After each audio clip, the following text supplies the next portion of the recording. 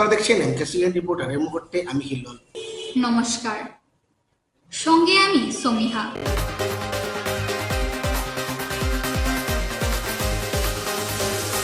শ্রীভূমি শহরের ব্রজেন্দ্র রোডের উচ্ছেদ পরবর্তী যে পরিস্থিতি, তাতে মনে হচ্ছে যুদ্ধের পর বিধ্বস্ত এলাকা।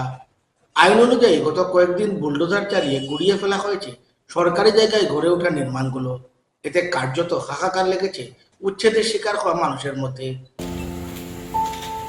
সব হারিয়ে এখন প্রলাপ করছেন তারা। তবে এই দুঃসময় তাদের পাশে দেখা যাচ্ছে না কোনো রাজনৈতিক দলের নেতা কর্মীদের। শাসক দলের নেতারা তো এলাকায় পাই মারাচ্ছেন না, এমনকি দেখা নেই বিরোধীদের। দূরত্ব বজায় রাখছে। স্থানীয় বিধায়কও যাননি এলাকায়। জেলা কংগ্রেস সভাপতিও পরোক্ষভাবে উচ্ছেদ অভিযানকে সমর্থন করেছেন। তবে সংশ্লিষ্টদের কয়েকদিনের সময় দেওয়া যেত বলে মত প্রকাশ করেন জেলা কংগ্রেস সভাপতি তাপস পুরকায়স্থ। সবকিছুর পর নিজের হাতে তিল তিল করে গড়ে তোলা বিশালাকার ভবন মালিকদের সামনেই কুড়িয়ে দেওয়া হচ্ছে তাদের ভবনগুলো। চোখের সামনে বাস্তবিক দৃশ্য দেখেও বাকরুদ্ধ দেখা গেছে একাংশ ঘর মালিকদের।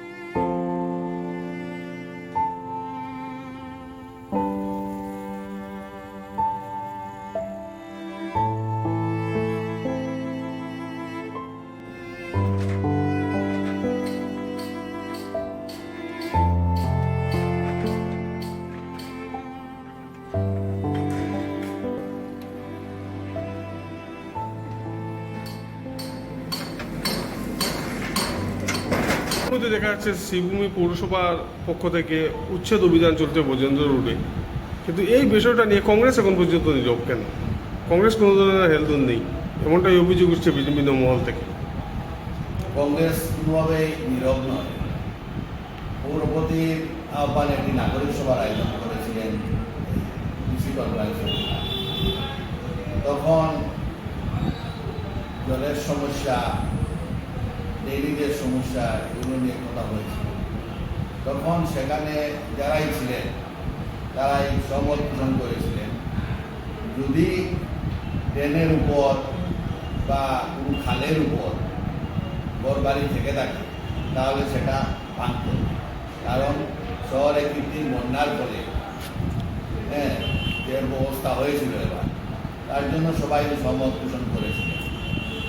তারপর সেটা ব্রজেন্দ্র রোড থেকে শুরু হয়েছিল, এখনো চলছে। আমাদের কথা হচ্ছে যে কংগ্রেস সবসময় কথা বলে আসছে, কিন্তু করিমগঞ্জ শহরে জনগণের কথা হচ্ছে যদি ড্রেনের উপর বা খালের উপর কোনো ঘরবাড়ি থেকে থাকে, দোকান থেকে থাকে, তাহলে সেটাকে উড়িয়ে দিতে হবে। কারণ জনগণের কথাও চিন্তা করতে হবে। আজকে যেভাবে বৃষ্টিপাতের হার বেড়েছে করিমগঞ্জে, বিশেষ করে যখন বৃষ্টিপাত দেয় তখন মুষলধারে বৃষ্টিপাত হয়, একই রাতে 2 ঘন্টার বৃষ্টিতে সমগ্র শহর জলে মগ্ন হয়ে যায়। তো আমরা বলবো, আমরা আছি, জনগণের পাশে আছি। কিছু কিছু লোক আমাদেরকে বলেছে ব্রজেন্দ্র রোড থেকে, আমি সেদিন ব্রজেন্দ্র রোড গিয়েছিলাম, কিছু কিছু লোক আমাদেরকে বলেছে যে আমাদেরকে 3 দিন আগে নোটিশ দেওয়া হয়েছে। সেটা 15 দিন আগে দিলে ভালো হতো, 15 দিন আগে দেওয়ার কথা।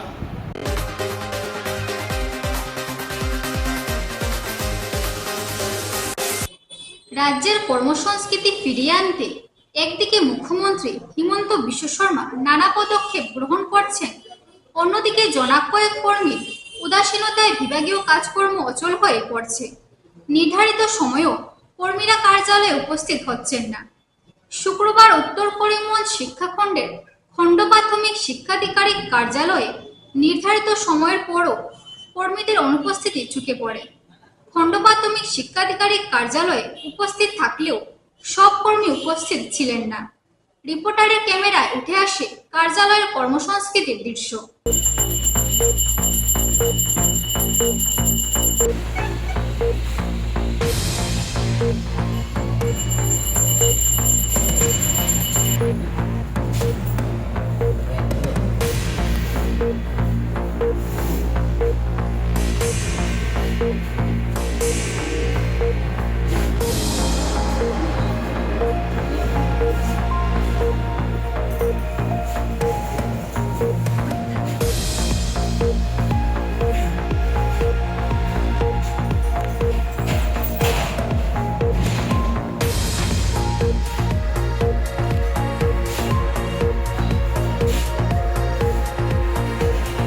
বর্তমানে কতজন স্টাফ আছে আপনার এখানে?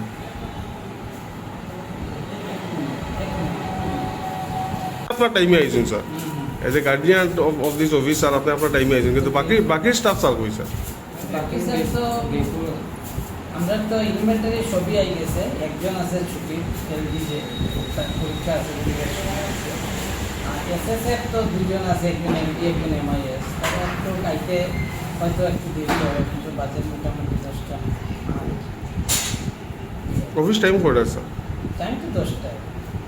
তো স্যার আপনি প্রেজেন্ট স্যার? একটু 19-20 হইতে পারে, আর রাস্তায় ঘাটার ব্যাপার তো, গাড়ির ব্যাপার, পারফেক্ট টাইমটা তো এখন যে একজন আই দিতে পারবো, আমি আই গেছি, এখন অন্যের হয়তো কোনো অসুবিধা, হয়তো একটু 5 মিনিট লেট হইব, ঠিক আছে। না এরকম স্যার আমরা প্রায় সময় দেখি 12টার সময় বহুত স্টাফ আইয়া ঢুকে। এটা তো এখন কোনোদিন আয়াতে তো এটা নিয়ে কথা।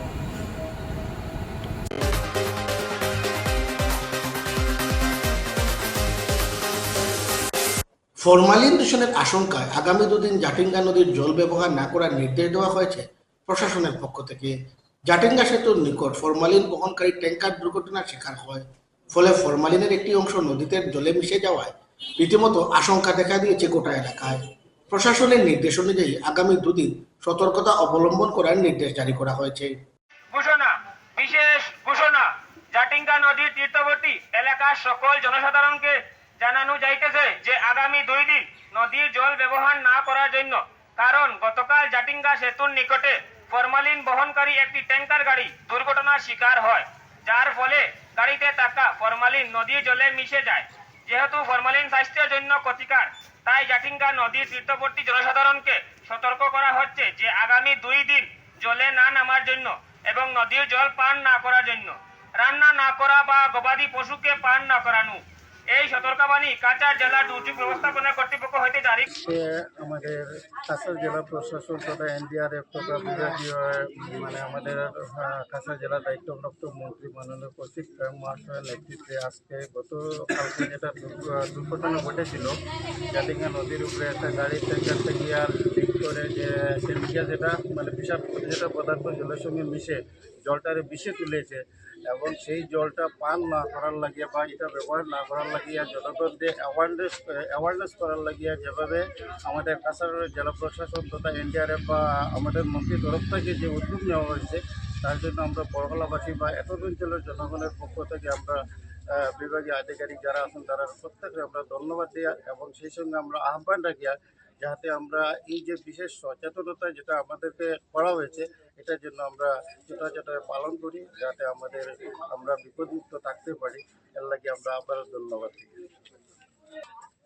এবং সেই সঙ্গে আমাদের কাছাড় জেলার নতুন যে প্রশাসন আধিকারিক মাননীয় ডিসি মহাশয়কে আমরা অশেষ ধন্যবাদ দেওয়া, যে জনগণকে সচেতন করে জনগণের এই যে বিপদমুক্ত থাকার জন্য যেভাবে উৎসাহিত করা হয়েছে তার জন্য অসংখ্য ধন্যবাদ। সেই সঙ্গে আমাদের কাছাড় জেলার দুর্যোগ বিভাগে আধিকারিক ডিডিএফ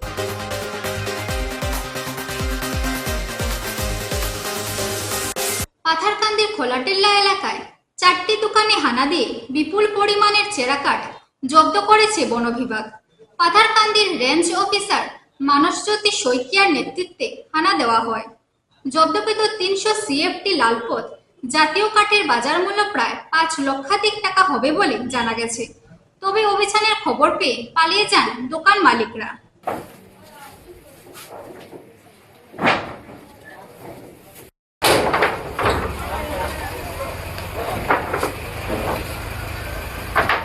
বাহ বাহ বাহ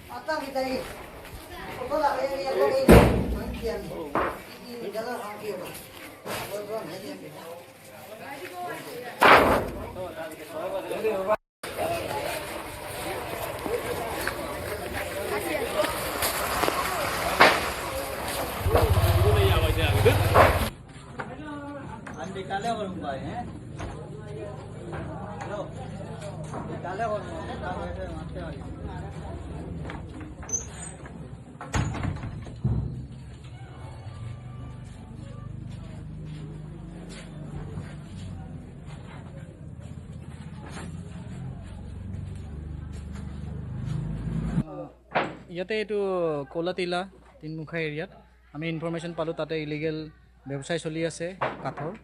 তো মই ইনফৰমেশ্যন পাই চুৰেবাৰী বিট অফিচাৰক ইমিডিয়েটলি ইনফৰ্ম কৰোঁ। তেওঁ আহি যায় ষ্টাফ লৈ, আহি 4খন দোকান আমি গম পাওঁ যে 4খন দোকানত অবৈধ টিম্বাৰ আছে। মই পাথাৰকান্দিৰ পৰা আহিছোঁ মোৰ ষ্টাফ লৈ, আহি দেখোঁ যে 4খন দোকানত ফুল চন টিম্বাৰ আছে আৰু মালিক পলাই গৈছে। মালিকক সুধিছোঁ যে কি হৈছে, এনেকৈ সুধিব লওঁতে মালিক পলাই গৈছে। তো মালিকৰ ওপৰত একশ্যন লোৱা হ'ব। এইখিনি ইলিগেল টিম্বাৰ ক'ৰ পৰা আনিছে এইখিনি এনকুৱাৰী কৰা হ'ব। বৰ্তমান আমি 4খন দোকান চিজ কৰিছোঁ আৰু যিমানখিনি চন টিম্বাৰ পাইছোঁ চব চিজ কৰি আমাৰ কাষ্টডিত লৈ লৈছোঁ। কিমান হৈছে? আৰাউণ্ড আপোনাৰ 300 CFT হৈ যাব। ইয়াৰ বাজাৰ মূল্য কিমান? বাজাৰ মূল্য এতিয়াতো এইখিনি মিছেলিনিয়াছ স্পেচিছ, গতিকে 1 CFTত 1000 বাজাৰ মূল্য, গতিকে গম পাইছে আপোনাৰ।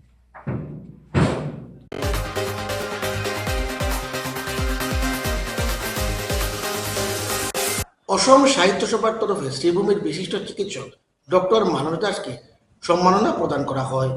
শ্রীভূমি জেলা থেকে একমাত্র চিকিৎসক হিসাবে এই সম্মাননা লাভ করেন শহরের মেডিসিন বিশেষজ্ঞ ডক্টর মানস দাস। শুক্রবার অসম সাহিত্য সভার তরফে কর্মকর্তারা মানসবাবুর বাড়িতে উপস্থিত হয়ে সম্মান স্মারক ও শংসাপত্র তুলে দেন।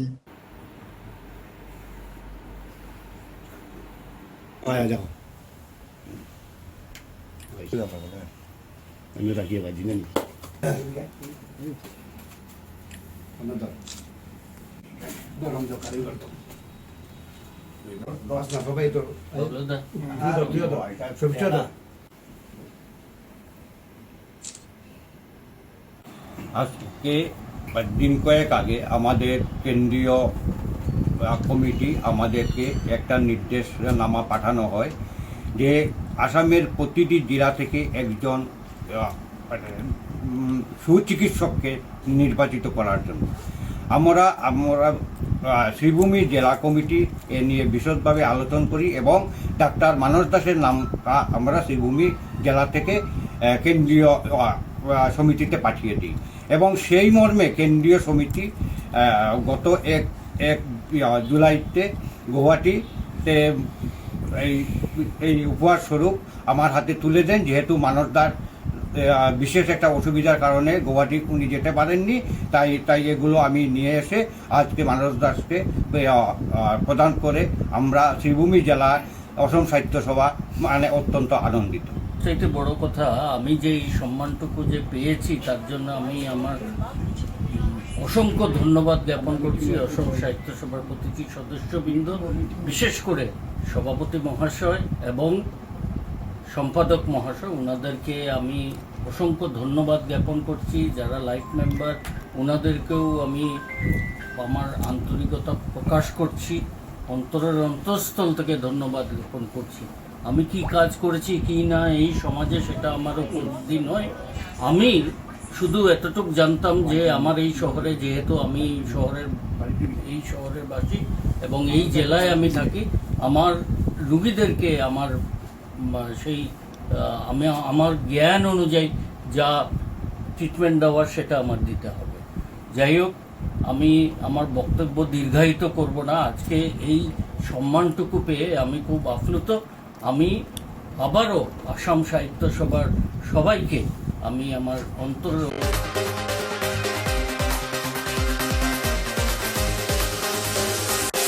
বেহাল রাস্তাঘাট ও কৃত্রিম বন্যার স্থায়ী সমাধানের দাবিতে শিলচরে বিক্ষোভ প্রদর্শন করেছে এনএসইউআই। শহীদ ক্ষুদিরাম মূর্তির পাদদেশে জড়ো হয়ে বিক্ষোভ প্রদর্শন করেন সংগঠনের নেতাকর্মীরা। দাবিকে সামনে রেখে ঘন ঘন স্লোগান দেওয়া হয় ও প্রায় প্রত্যেকের হাতে প্ল্যাকার্ডও ছিল। এর আগে শহরের বিভিন্ন এলাকা থেকে 2000-এর বেশি স্বাক্ষর সংগ্রহ করা হয়। স্মারকপত্র মুখ্যমন্ত্রীর উদ্দেশ্যে প্রেরণ করা হবে বলে জানান সংগঠনের নেতারা।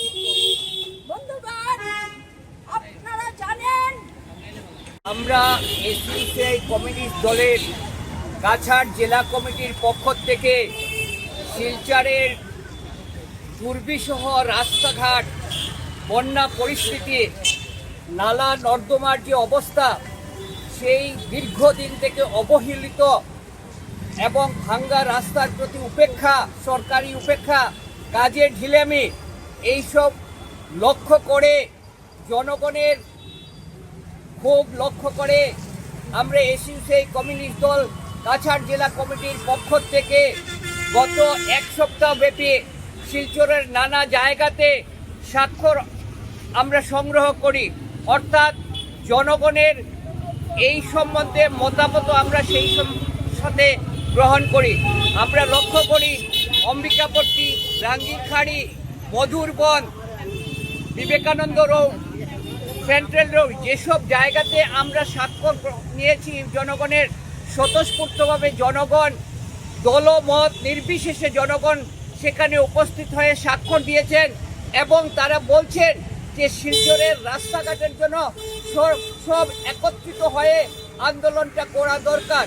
কিন্তু দুঃখজনকভাবে আমরা লক্ষ্য করছি এখানে সরকার যখন বারবারই বলছেন উন্নয়ন হচ্ছে, মন্ত্রীরা এসে এয়ার কন্ডিশন রুমে বসে কফি খেয়ে যখন উন্নয়নের কথা বলছেন, অথচ বলছেন নাগরিকদের সাথে উন্নয়নের কথা, কিন্তু সেই সব জায়গাতে বিভিন্ন রাজনৈতিক দলকে ডাকা হয় না। তাদের ইচ্ছা মতো তারা সেই কাজগুলো করছেন এবং পত্রপত্রিকাতে যে বয়ান দিচ্ছেন তাতে কিন্তু জনগণ মোটেই সন্তুষ্ট নন, আমরাও সন্তুষ্ট নই। আমরা লক্ষ্য করছি যে বারবার এই অঞ্চলের জনগণকে উপেক্ষিত করা হচ্ছে, ঠকানো হচ্ছে, মিথ্যা প্রতিশ্রুতি দেওয়া হচ্ছে। দীর্ঘদিন ধরে ক্যাপিটাল পয়েন্ট থেকে রাঙ্গিরখাড়ি রাস্তা, বিবেকানন্দ রোডের রাস্তা, সোনাই রোডের রাস্তা, বাজারের রাস্তা, সর্বত্রই সদরঘাটের রাস্তাতে যে দুর্বিষহ অবস্থা, যে কোনো মেডিকেল রোডের রাস্তা, সেই সব অঞ্চলে অ্যাক্সিডেন্টের বারবার সম্ভাবনা এবং কিছু কিছু অ্যাক্সিডেন্ট ঘটছেও। এই জায়গা এতগুলো হওয়া সত্ত্বেও কিন্তু সেই তৎপরতায় কোনো কিছু করা হচ্ছে না। যখন চাপ সৃষ্টি করা হচ্ছে তখন সামান্য ইট বালি পাথর দিয়ে একটা পেচ ওয়ার্ক করা হচ্ছে এবং আজকে পত্রপত্রিকাতে দেখবেন শুক্রবার সকালবেলায় কাজ শুরু হবে ক্যাপিটাল পয়েন্ট থেকে, কিন্তু 12টা বেজে গেছে, এখন পর্যন্ত কাজ শুরু হচ্ছে না। আমরা জানি সরকারি প্রতিশ্রুতি, মন্ত্রীদের প্রতিশ্রুতি, এমএলএদের প্রতিশ্রুতি এইভাবে থাকবে, পত্রপত্রিকাতে বড় হরফে সেটা লেখা থাকে, কিন্তু কাজ হতে হলে চাপ সৃষ্টি দরকার। সেই জায়গা থেকে আমরা এসইউসিআই কমিউনিটি দল কাছাড় জেলা কমিটির পক্ষ থেকে এই উদ্যোগ নিয়ে আজকে আমরা স্মারকপত্র প্রদান করব মুখ্যমন্ত্রীর উদ্দেশ্যে জেলা উপায়ুক্তের মাধ্যমে।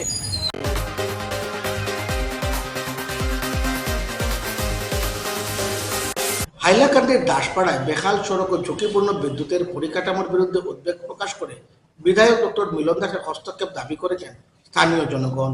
এলাকাবাসী অভিযোগ করেছেন স্বাধীনতার পর থেকে সড়ক মেরামত হয়নি, ফলে এলাকাবাসীর দুর্ভোগ রীতিমতো চরমে উঠেছে। এছাড়াও ত্রুটিপূর্ণ বিদ্যুৎ সমস্যাও রয়েছে। এ নিয়ে মিলন দাসের দ্রুত হস্তক্ষেপ দাবি করেন তারা।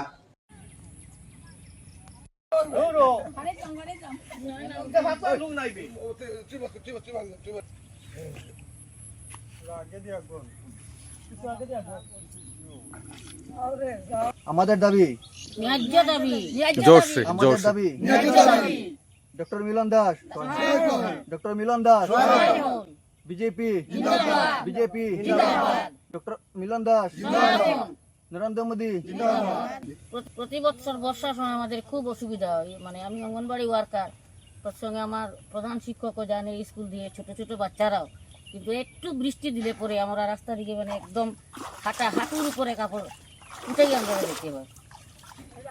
এই রাস্তাটা মানে আমরা মিলন দাসর আমরা চাই, আমরা রাস্তাটা একটু যদি সুন্দর হয় আমরাও স্কুলে যাইতে সুবিধা পাইব, সঙ্গে বাচ্চারা পাইব।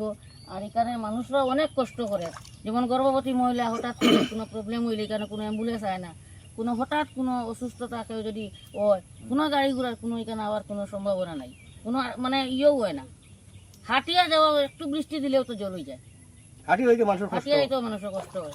আমি মিলন দাস স্যার এটাই আবেদন করবো, তার দৃষ্টি আকর্ষণ হোক এই রাস্তার প্রতি। বিগত 20-25 বছর আগে থেকে আমাদের এই কোনো এমএলএ মন্ত্রী আমাদের এই 250-300 পরিবারের মানুষগুলাকে কোনোদিনও দেখেনি। আমরা স্বপ্নেই কোনো এমএলএ মন্ত্রীকে দেখেছি না। কিন্তু আমাদের এই রাস্তার ভিতরে দুটি প্রতিষ্ঠান আছে, একটি অঙ্গনাদি মডেল সেন্টার আছে, একটি আমার পাঠশালা স্কুল আছে, এখানে একটা মন্দির আছে, তবে একটা মসজিদ আছে। সব এই মসজিদেও বাচ্চাগুলো যাইতে পারে না, এবং স্কুলের মানে বাচ্চাগুলো স্কুলে যদি একটা বাচ্চা এই রাস্তার কিনারে ডুবিয়ে মারা যায়, তবে আমাদের মার কুল থেকে সন্তান হারাবে। এই বলে আমি আপনাকে অনুরোধ করছি যে আমরা এই নগদ অবস্থায় আমাদের রাস্তার কাজটি যাতে শুরু করতে পারেন।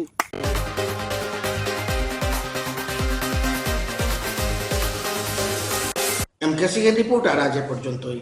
আগামী দিন আপনাদের সঙ্গে আবারও দেখা হবে একই সময় একই চ্যানেলে। নমস্কার।